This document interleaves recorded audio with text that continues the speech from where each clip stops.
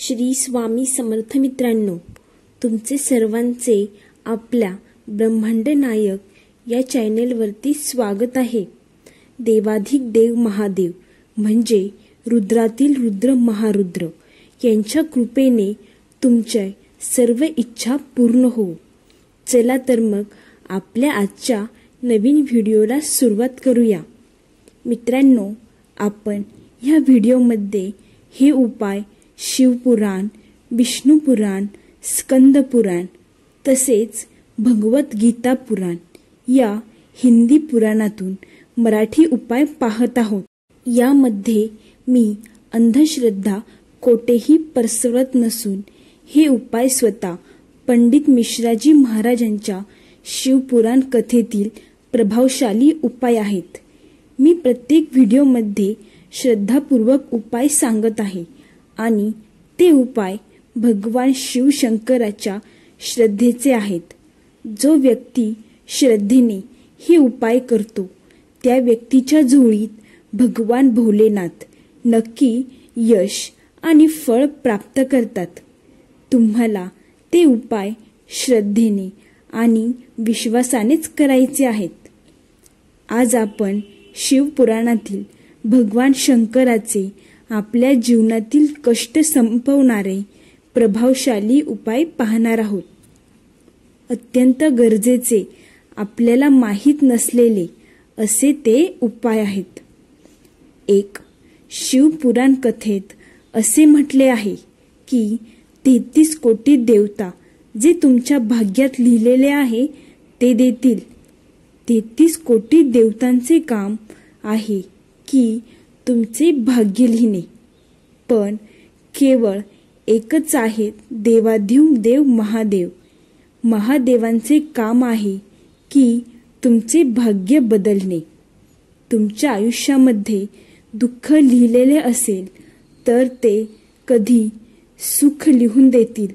त्यांच्यावर काही भरोसा ठेवून जे लोक आपले डोके भगवान महादेवाच्या शिवलिंगाला लावतात त्यांच्या माथ्यावर जे दुःख लिहिलेले आहे, भाग्यामध्ये तकलीफ लिहिलेली असेल, आपल्या किस्मतमध्ये काही बेकार लिहिलेले असेल तर भगवान शिवाच्या शिवलिंगाला हे डोके लागले तर महादेवाचे स्पर्श मात्र झाल्याने जे काही आपल्या मस्तकावर लिहिलेले असते ते उलटपणे सुलटे होऊ लागते।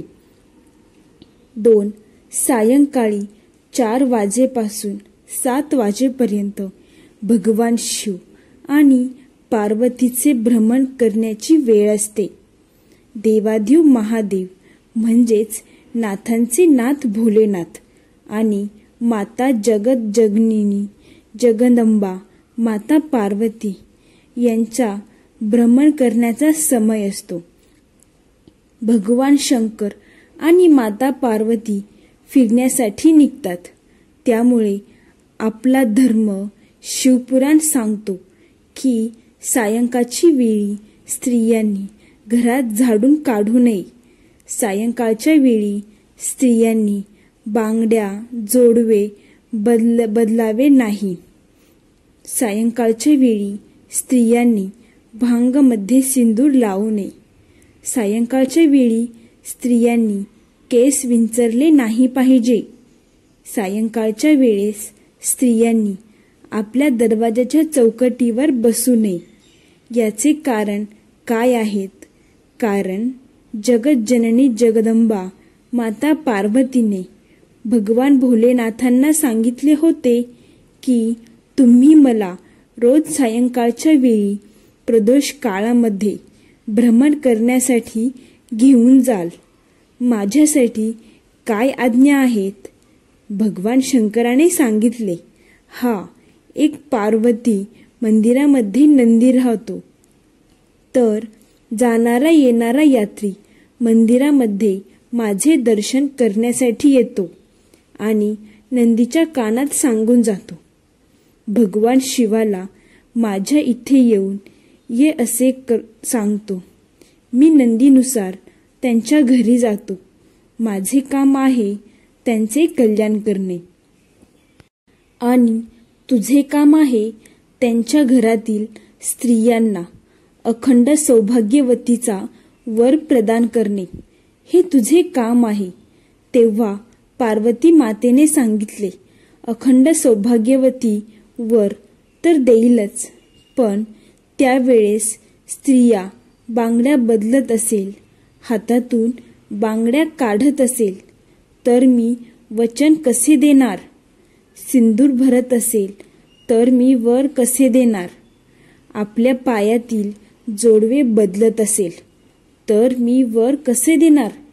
घरात झाडू मारत असेल तर मी लक्ष्मीला तेथे कसे पाठवणार? आपणच सांगा. तेव्हा भगवान शंकर सांगतात की प्रदोषाचा वेळ एक अशी असते, सायंकाळची वेळ ही एक अशी असते, त्यावेळेस केवळ शंकर आणि पार्वतीची आराधना करण्याचा वेळ असतो. म्हणून या वेळेत भक्त भगवान शिवशंकर आणि माता पार्वती यांचे स्मरण आणि जप करावा. 3. आपल्या येथे संपदा येत नसेल, खूप मेहनत करूनही फळ मिळत नसेल, नोकरी, व्यापार, व्यवसायामध्ये तकलीफ येत असेल, तर सायंकाळच्या वेळी भगवान शंकराच्या मंदिरात दिवा लावायचा प्रारंभ करावा. शिवमंदिरात जर दिवा लावत नसेल तर बेलपत्राच्या वृक्षाखाली दिवा लावावा. बेलपत्र आणि शंकराच्या मंदिरात दिवा लावू शकत नसेल तर मंदिराच्या दरवाजाच्या बाहेर दिवा लावावा. हे पण करू शकत नसाल तर आपल्या घराच्या दरवाजाच्या बाहेर आपल्या द्वाराजवळ दिवा लावावा. भगवान शंकराच्या नावाने श्री शिवाय नमस्तभ्यू बोलून भगवान शंकरांना स्मरण करून आपली कामना करून पंचाक्षरी मंत्र ओम नमः शिवाय, षडाक्षरी मंत्र ओम नमः शिवाय, द्वादश अक्षरी मंत्र ओम नमः भगवते वासुदेवाय नमः, जे मंत्र तुम्हाला येत असेल त्यांचे स्मरण करून सायंकाळच्या वेळी आपल्या घराच्या बाहेर दिवा लावावा. 4. शास्त्रात वर्णन केलेले आहे की सकाळी ज्या वेळेस तुम्ही भगवान शिवशंकराच्या शिवलिंगावरती जल अर्पण करतात, पूजा करण्यासाठी जातात, तर त्यावेळेस माघारी येताना दान करण्याचा एक नियम मनात ठेवावा. कोणते दान? तर ते शिवलिंगाचे पाणी उत्तरेकडे जात असेल ते पाणी, ते जल आपल्याला एका लोट्यात घ्यायचे आहे आणि ते शिवाच्या शिवलिंगावरील जल आपल्या घरातील प्रत्येक व्यक्तीला किंवा घराच्या आजूबाजूला जे व्यक्ती असेल त्यांना 2-2 थेंब तरी ते जल दान करावे, पिण्यासाठी द्यावे. दान केल्याने त्याचे फळ तुमच्या खात्यात जमा होत असते, त्यामुळे आपली मनोकामना पूर्ण होत असते. 5. ज्या मुलामुलींचा जॉब लागत नसेल तर काळे तीळ वाटून 1 लोटा जल पाण्यामध्ये टाकून आपल्या घरातील माठाजवळ पितरांचे स्थान असते, त्या माठाजवळ 1 लोटा जल रात्रभर ठेवावा. बेलपत्राचे वृक्ष, पिंपळाचे वृक्ष किंवा वडाचे वृक्ष यापैकी कोणत्याही वृक्षाखाली दुसऱ्या दिवशी आपली मनोकामना करून ज्यांना जॉब लागत नाही त्यांनी ते जल 3 वृक्षाखाली, बेलपत्राचे वृक्ष, पिंपळाचे वृक्ष, वडाचे वृक्ष, हे 3 वृक्ष पितरांचे तुल्य मानले जात आहेत. तिन्हीपैकी कोणत्याही एका वृक्षाखाली काळ्या तिळाचे जल श्रमेश्वर महादेव यांचे स्मरण करून समर्पित करावे. 6. जर कोणी आपल्याला कष्ट देण्याचा प्रयत्न करत असेल, आपल्याला दुःख देण्याचा प्रयत्न करत असेल किंवा असं वाटत असेल की आपल्याला कोणी खूप परेशान करत आहे किंवा खूप दिवसापासून एखादं काम अडकलेलं आहे, ते पूर्ण होत नाही, आपली एखादी फाईल पुढे सरकतच नसेल, कोणती तरी अडचण येत असेल, त्यामुळे ती फाईल पुढे सरकत नाही असं वाटत असेल, तेव्हा निर्मलेश्वर महादेवाचे पूजन कामी येते. केवळ 5 वृक्षांचे 5 पाने आणि 1 सफेद फूल अशोक सुंदरीच्या स्थानाला स्पर्श करून देवाधिव महादेवावर सोमवारच्या अष्टमीला जो समर्पित करतो, निर्मलेश्वर महादेवाचे नाव घेऊन समर्पित करेल, तर त्याचे कार्य सफल होईल. त्यांचे कार्य सफलतेच्या दिशेत जाण्यास प्रारंभ होईल. 7.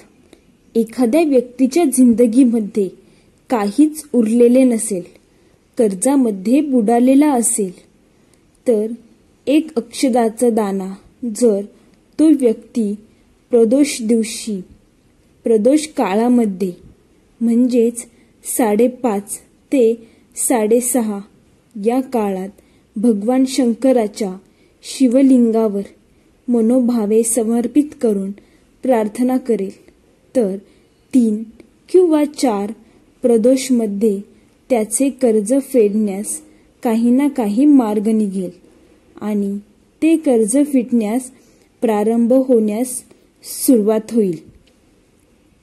8. बऱ्याचदा आपल्या मुलांना नजर दोष लागतो आणि आपल्या मुलांची प्रगती थांबते आणि आपली मुले सतत आजारी पडतात. आजारपण त्यांच्या मागे लागते. आपल्या मुलाचा नजरदोष दूर व्हावा, त्याचप्रमाणे त्याचे आजारपण दूर व्हावे, आपली मुलं निरोगी व्हावी, तर यासाठी शनिवारी प्रत्येक आईने ही एक वस्तू उतरून टाकायची आहे. तर छोटी मुले असो वा मोठी असो, आपल्याला ती वस्तू उतरून टाकायची आहे. हा उपाय आपल्याला संध्याकाळी 6 नंतर करायचा आहे. काळे उडीद आपल्या मुठीत घ्यायचे आणि 7 वेळा आपल्या मुलावरून उतरवायचे आणि ते आपल्याला घराच्या दक्षिण दिशेला फेकून द्यायचे आहे. पण हा उपाय करत असताना आपल्या मनात सदैव भगवान शंकराचे नामस्मरण असले पाहिजे आणि ते उतरून फेकून द्यायचे आहे. यामुळे मुलाचा नजरदोष आणि आजारपणही नष्ट होईल. 9. घरात अस्वस्थ वाटणे, झोप न लागणे, घरात मुंग्या झुरळांचे प्रमाण वाढणे, घरात अन्नाला तुटवडा किंवा भरपूर अन्न शिल्लक राहणे, अन्न खाण्याची इच्छा न होणे, हा खूप प्रभावशाली उपाय आहे. तर आपल्याला मनोभावे आणि श्रद्धेने करायचा आहे. 1 लिंबू घेऊन त्याच्या आतील भाग गर पूर्णपणे काढून त्यामध्ये मोहरीचे तेल टाकून भगवान शंकर आणि माता पार्वती यांचे शिवशक्ती हे नाम घेऊन 2 वाती लावून देवासमोर प्रज्वलित करावा आणि कोणत्याही देवीचे कवच स्तोत्र म्हणावे आणि दिवा शांत झाल्यानंतर तो दिवा एखाद्या झाडामध्ये पायदळी येणार नाही अशा ठिकाणी सोडावा. कोणत्याही दिवशी हा उपाय मनोभावे सायंकाळच्या वेळीच करावा. 10.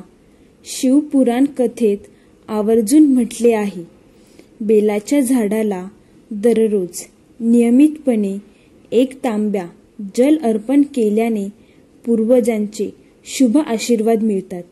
पण पितृदोष देखील कमी होण्यास सुरुवात होऊन ते 33 कोटी देवांचा आशीर्वाद ही आपल्याला प्राप्त होतो. तसेच बेलाची रोज पूजा केल्याने वंशवृद्धी होते. तसेच संततीचे रक्षक देखील होते.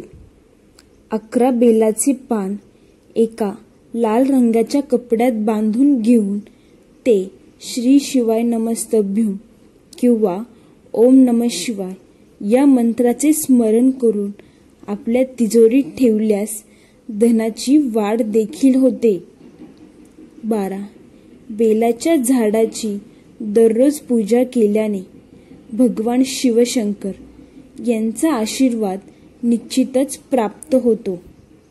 तसेच चंद्रग्रह दोष कमी होतो, चंद्राचे बळ वाढते आणि चंद्रदेव आपल्या सदैव पाठीशी राहतात. 13 गुरुवारी किंवा दररोज केले तरी चालेल. 2 चिमूटभर हळद पाण्यात मिसळून त्याने अंघोळ केली तर गुरुची स्थिती बळकट होते आणि लग्नातील अडथळे दूर होतात. लग्न जमण्यास योग येतो. तसेच करिअरमध्ये, नोकरीमध्ये आपल्याला विशेष कामांमध्ये यश मिळते. तर मित्रांनो, आपल्याला हा व्हिडिओ आवडला असेल तर आपल्या चॅनेलला नक्की सबस्क्राईब करा.